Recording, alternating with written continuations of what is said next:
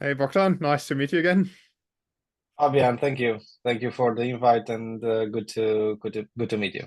I really appreciate you taking time for this. Before we talk about AI in the automotive industry, which is of course why we're here, let's learn a little bit more about yourself. Would you mind just giving us a brief introduction? Sure, of course, happy to. So my name is Bogdan. I have been working in the automotive industry for most of my career. Until recently, I've spent my working time mostly in corporate settings, almost solely working for tier one suppliers, quite big tier one suppliers. I've started off as a software engineer and then transitioned over to some other roles and responsibilities across the industry. I've stopped a bit over to the system engineering area, working on the sort of requirement side, so top left hand side of the V model. I then transitioned to more sort of software project management type of roles, with some technical responsibilities over different sort of teams. And then I've transitioned more into the sort of management type, strategic type of roles. My last corporate job was looking after the software area for a tier one supplier in the infotainment area, and I was looking over the sort of European business of that. Since 2023, I decided to step back a bit from the corporate environment, and I've started my own sort of consultancy company. My company, and my team, we call ourselves an automotive technology hub. Um, we are helping and supporting our customers, whether they might be tier one suppliers or OEMs or smaller tier two suppliers or startups within the automotive space, with all sorts and a whole heap of software related consultancy type of support, as well as outsourcing their projects onto us. And we've been doing that since 2023. We've run through a couple of very exciting projects so far, and we are very, very much looking forward to understand what the future holds. Definitely also very excited about the future of the automotive industry with lots of movement, which leads me very nicely to sort of my first very broad overarching question. How would you describe the state of the automotive industry as it relates to AI and maybe specifically some of the recent developments in the space? Yeah. Well, first and foremost, I think that everybody can notice that we are kind of like in a junction point within the automotive industry at the moment. We see quite a lot of OEMs sort of on the cusp of transforming their business, becoming more lightweight, in so to say, as well as tier ones sort of accepting the fact that the legacy type of product development that majority of them have been doing so far is no longer fitting. And that's where I believe where AI comes into play, because AI is at the moment, we're beginning to see a profound transformation of the automotive industry with the help of AI. So we can see already that the AI itself, in different forms, of course. We see that in the likes of autonomous vehicles, although, yeah, sure, the market is not yet there to accept fully the autonomous vehicles, but AI plays a major role within that. We see a lot of support and a lot of need for AI in the sort of personalized user experience, which the end user is actively looking for. We see that people are looking at the car more like an entertainment platform, and of course the OEMs need to transform their business and their business model to offer that. And of course AI is paving the way for that kind of experience to be introduced. We also see the possibility, or the very big possibility, for AI to play a major role in manufacturing, where I mean, we can see, from the latest news that came out from Germany in the last couple of weeks, where Volkswagen has announced that they are planning to close down some of their factories.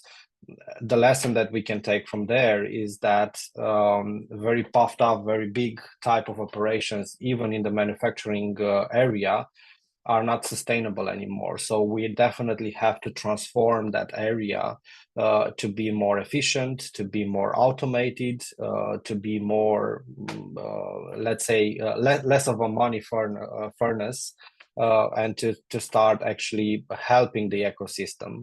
And that's where AI comes into play. So as a conclusion, yes, we're looking for a transformation of the automotive industry that will probably take a couple of years for the industry to realize its new scope in the world. And I believe that AI is definitely needs to play a very, very big role in this transformation. No, thank you so much for sharing your perspective on that. To delve a little bit deeper into some of the use cases, there seems to be a lot of blue sky, a lot of potential in the space, and arguably a lot of hype also reflected in some of the share prices. And then on the flip side, there are lots of sort of fairly straightforward proof of concept. Some of the sort of very straightforward ones seem to be successful. Lots of them don't really scale. I was just wondering, where do you see the value of AI, maybe specifically Gen AI, at the moment in terms of use cases, and how do you see this sort of shifting or transitioning over the coming years?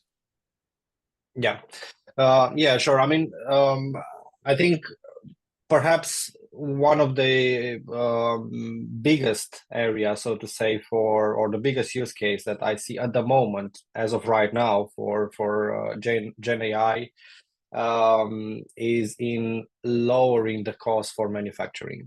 That's where I see it as providing the biggest potential in terms of the sort of non-operation or areas that don't affect purely the car itself.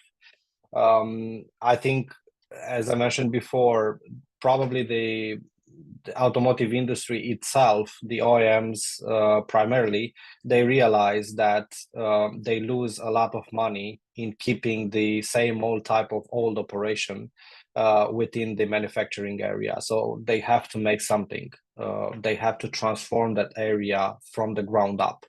And at the moment, you can only do that, in my view, with the help of AI powered machines, AI in general, to help out the manufacturing lines be more lean.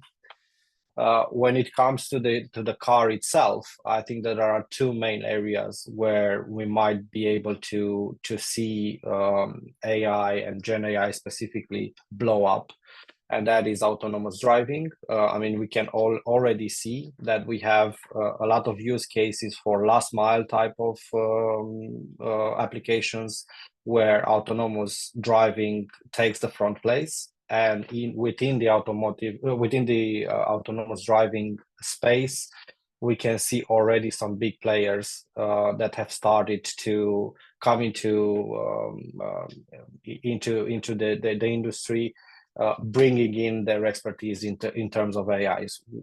Wave is one of them, who are quite major within UK. They have a lot of funding, and they are bringing quite a lot in terms of that. Waymo is, of course, another example in terms of providing autonomous driving. The other area is the sort of personalized user experience. We can see now, of course, there was a lot of hype, right, with the Apple Intelligence type of integration, where we can see that the requests from the end users are focused in towards simplicity of use. So far, we've seen, right, the likes of ChatGPT, the likes of Claude, the likes of other sort of AI applications out there, where you have to go download an app. You need to use the prompts in there so that you can use the power of AI. Sort of Apple Intelligence have somehow transform that into having everything integrated within the smartphone. That's the sort of transformation that we will definitely see within the car, and we will see infotainment areas and products and pieces of software that can be integrated within the infotainment parts that will be able to offer seamless integration of AI, whether that's speech to text transformation, whether that's predictive maintenance, whether that's understanding the state of health for your car. We will see this more and more visible within the car in these areas.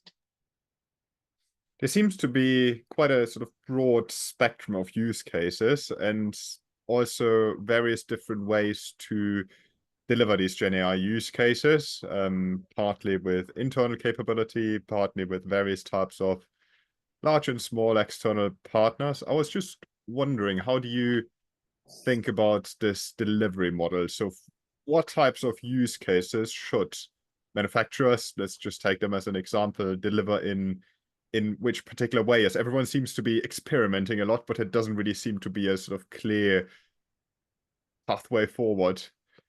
Yeah, I think that's definitely where the problem is. You see, AI is very broad in terms of its usage at the moment. I think that as of right now, because of the sort of the way that the automotive industry is in terms of it being very conservative, the automotive industry itself hasn't really grasped the sort of or doesn't have the full understanding on how to use AI to the best of its ability. So at the moment, I think that everybody sort of relates AI with the likes of what we see in the ChatGPT or this sort of open AI models. But that's a lot more to it. I think if we're talking about manufacturing, where we will need to be is that the OEMs themselves will need to be able to train some specific modules in order for manufacturing area to be a lot more efficient, to reduce material usage, to improve performance within the manufacturing, to improve the run at rates. Because at the moment, if you look at the manufacturing space, there is a lot of money being invested every time you need to create a new line of components, and that is a repetitive process. And as we add more components within the car, the manufacturing process itself becomes more and more hard to maintain. If you include if you rely solely on AI to do that, you can just train your model to respond to a whole heap of data and of components. So the manufacturing costs, although you'll need to invest in the beginning to set up your servers, data models, and everything, you will see definitely a return on investment afterwards. But the automotive market needs to accept that there needs to be an initial investment. That's where I believe there is a bit of resistance at the moment, because OEMs don't really know where to invest their money. They see the potential of the AI, but they are not convinced that this will be the future. But I believe that will take very little time for them to be actually convinced, and they will go on this route. I really appreciate your perspectives. There seem to be a lot of quite a few different problem statements. So there seems to be the uncertainty around some of the technological choices. There seems to be uncertainty around some of the external partners and their involvement and to what extent. There seems to be some regulatory uncertainty with GDPR for certain use cases and the EU AI Act for globally operating manufacturers de facto. And there seems to be questions around technical capability required. I'm pretty sure there are many more. Which leads me to the question around sort of governance. Currently, sort of my observation is that many OEMs identified use cases on a sort of exact level and then cascaded them downwards, and there seems to be a lot of sort of friction.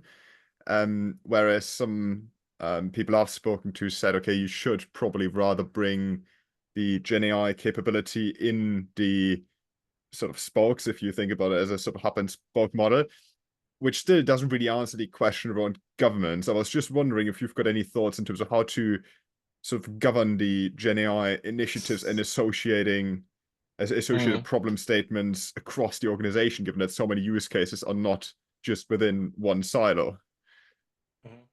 Yeah, that's a really good question. And I guess the answer is fairly complex. I would start with regulating or providing some form of governance, even if that governance is at a high level at government states or at government status. So at the moment, we can see that some governments around the world have put some focus in trying to tame the development of the AI. We can see, for example, Claude, although it has been on the market for quite a while, it has been banned in the EU. That's because of EU regulations and so on. But what I feel that we see, especially in Europe, is a bit of governments are afraid of unleashing the full power of AI. So we need to start with the governance from there. There needs to be a set of rules, a body that regulates that particular set of rules, that puts those set of rules into place. But those rules don't need to be that stringent, so that they impede the development of the sort of products, AI-based products, that the companies or the players in the market are developing. So that's where we start with the governance. Then whoever wants to, if we are talking about automotive, then I believe that the next level of governance needs to be at the company level. So we need to have a body that is not only looks at AI from a business perspective, so not only money, but we must include in this sort of local company-wide governance model from technological advancement, from efficiency later on down the line, of course, from return of investment. But we need to bring all of the players into the sort of like a task force type of organization. I believe that every sort of major OEM needs to have this sort of task force that encompasses many sort of roles within the company to look at the introduction of AI in a holistic way. And I would leave that.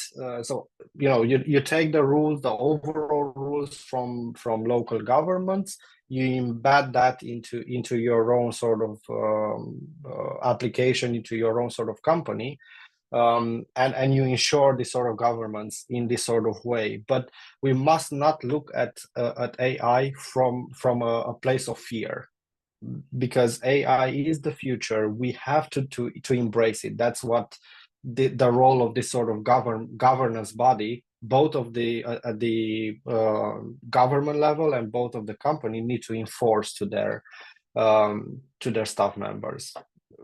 Embrace it, and let's take it and apply it in its true form, and give it power. What are some of the challenges and risks you've observed amongst OEMs, or maybe also tier one suppliers so far, as it relates to GenAI use case and development? Well, I think there are quite a few. I would start with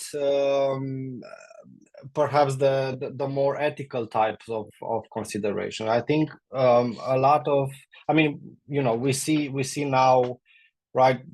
This news coming from Germany that around 180,000 people will probably be left without a job, right?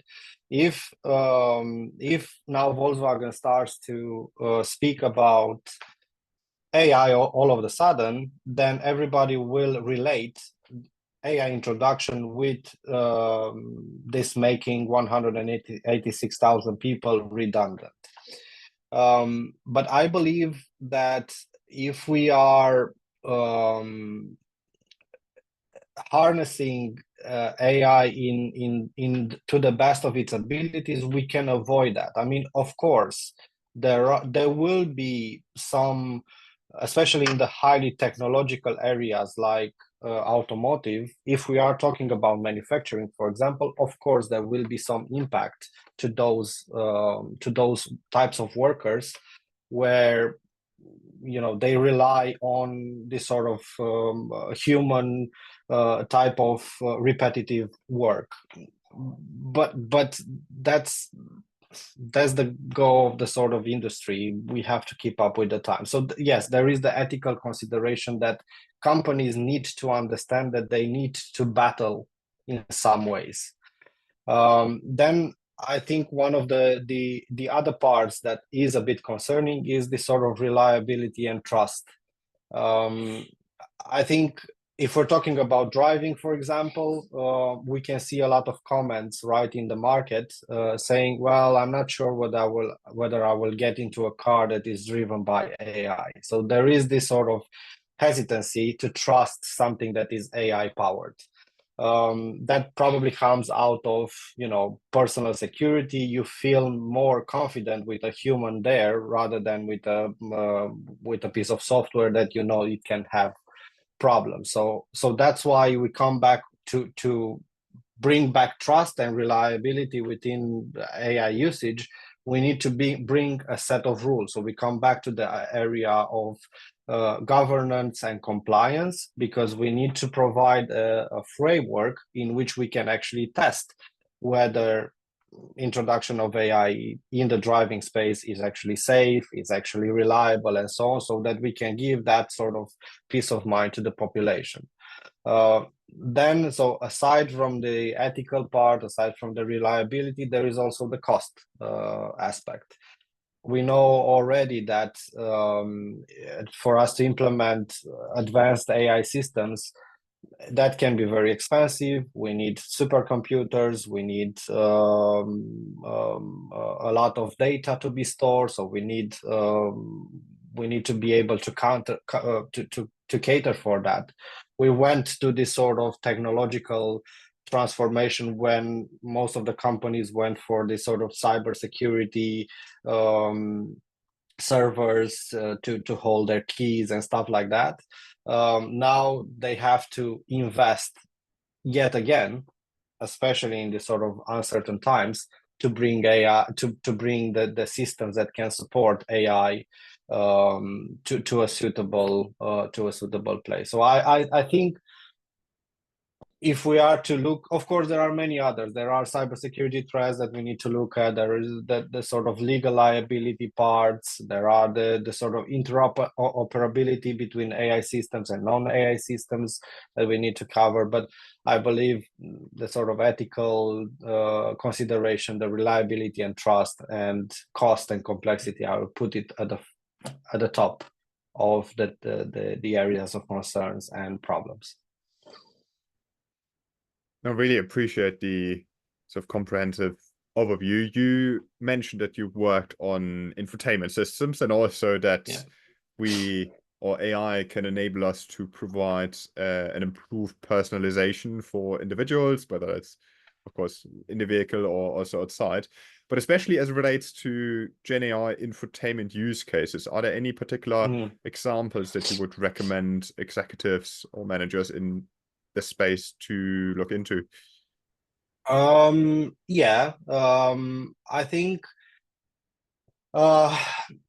there are a couple of let's say areas that are widely being discussed at the moment, that as being the areas of most focus. That is car connectivity. So how the car connects to the sort of outside world.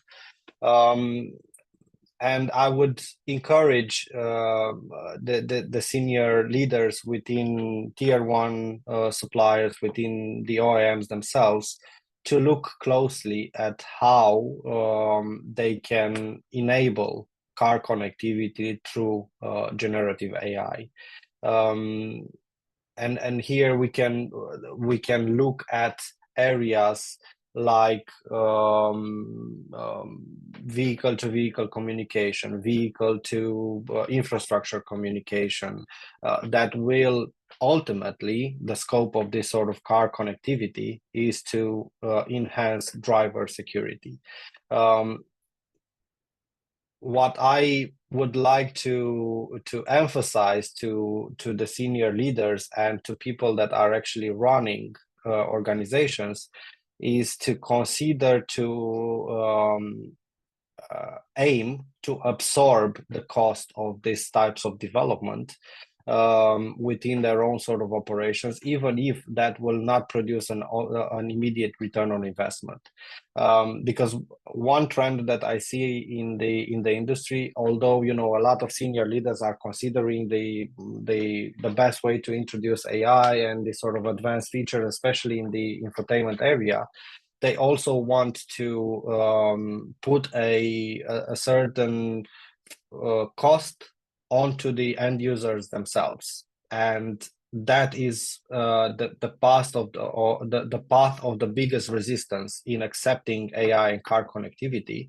Because why would the user pay for something that they should have as something, as the car comes to them? So why would they have to pay additionally to something that costs a lot of money anyways? So I would suggest that that people who are running the companies that want to introduce this thing to consider closely how they enable that, how they enable AI, how they enable car connectivity, and how to absorb the cost in such a way that they don't put a burden on the end user. Because if they do that, then the end user acceptance will be very low, and this technology will die in its tracks, because nobody will take it when they know that they have to pay a bucket of money to have it enabled. Because I'm a technology head. I understand the benefits of AI, but if I go down the road, and if I go to the to my neighbor who perhaps doesn't understand that, and if I tell him, oh, your car, your infotainment system has a lot of AI in there, he will say to me, well, why do I care? And why do I have to pay for it? Final question from my side, zooming out a little bit back onto the organizational level. Imagine that an OEM or tier one supplier established the role of a data and AI officer, and you would have to give him or her your top 3 recommendations to unlock the most value from GenAI in their respective companies. What would you tell them to do? First of all, I would suggest them to invest heavily in building the talent and skills around this part. Or if they cannot, then to engage with external partners that can bring this this knowledge as is. Then I would suggest them to clearly communicate their vision, their strategy. So to have a clear and articulate organizational AI strategy that can be shared with everybody within the company. As to be honest, as it is with everything else that you plan to introduce. I think it's only fair to express clearly and not keep it hidden to the employees of that particular company. Look, this is our vision. We want to bring AI in. Let's embrace it. And for that officer to explain clearly the benefits and the shortcomings, of course, of introducing this technology within the company. And last but not least, I will tell them to share the lessons that they encounter or they learn by introducing AI into their organizations, because at the moment everybody's learning.